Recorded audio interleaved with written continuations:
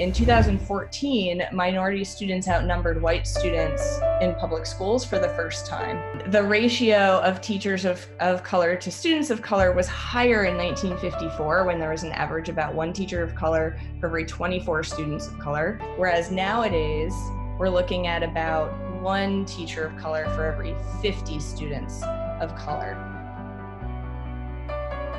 We can change the way we treat and value teachers. It will have a direct impact on the outcomes we see for our students. The upcoming summit that will occur in New Orleans is going to focus on attraction and retention efforts.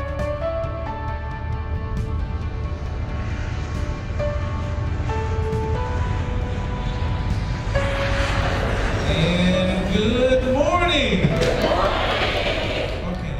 This movement began several years ago, working with some of our community partners and education partners. And how can we impact the availability of STEM professionals?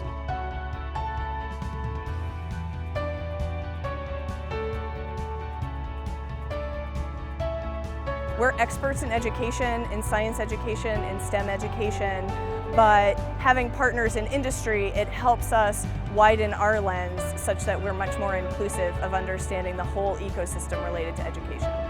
So we started working backwards, trying to get to the root cause of the problem. And one of the challenges we found was that students weren't excited about math and science. And our best way to impact their interest in math and science was working with teachers. And it's not enough just to hear about the problems, but you have to hear about how will you attack them from grassroots. Getting teachers that look like them and that understand the cultural background of where they come from, I think it's imperative to the success before we lose them when they're young in middle school and high school. Those decisions are made if we don't put adults in there that can help them make those decisions that will be good for them.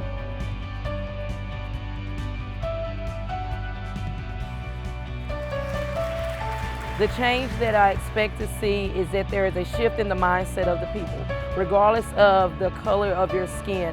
More so a shift in the mindset of those in minorities, saying that they can do it and that they will do it and they shall do it. I became totally convinced that we have to start introducing STEM fields to students at a very, very young age so that they will have a confidence to go into these fields.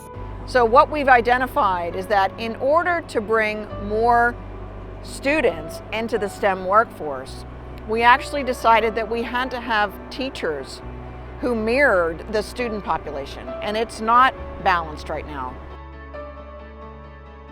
This work is important to Shell because of our need for a technical workforce, as well as ensuring that we have a science literate community.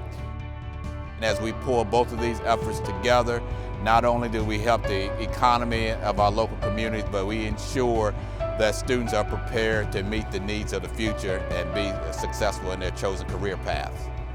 We require the logic model, so it's very important to actually see you all go through this process because we believe that that's very important in terms of developing projects and sustaining them through time. The conference is actually causing us to aggressively seek solutions with this particular problem. Schools from states all over the country are going to be changed. And I think it's important that every plan goes back with their logic model and gets people in their district on board with, hey, we need help doing this. It's just taking action and not just building a good plan, but actually putting the action in there so it happens. Teachers don't get enough pats on the back for the work that they do.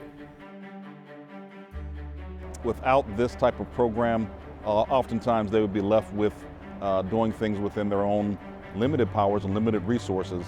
So the funding from Shell for this, the expertise from the Smithsonian, the long-standing history of both of those organizations is something for all these teams to build on. And then actually they become a network within themselves, a network of resources within themselves that they can continue this work together.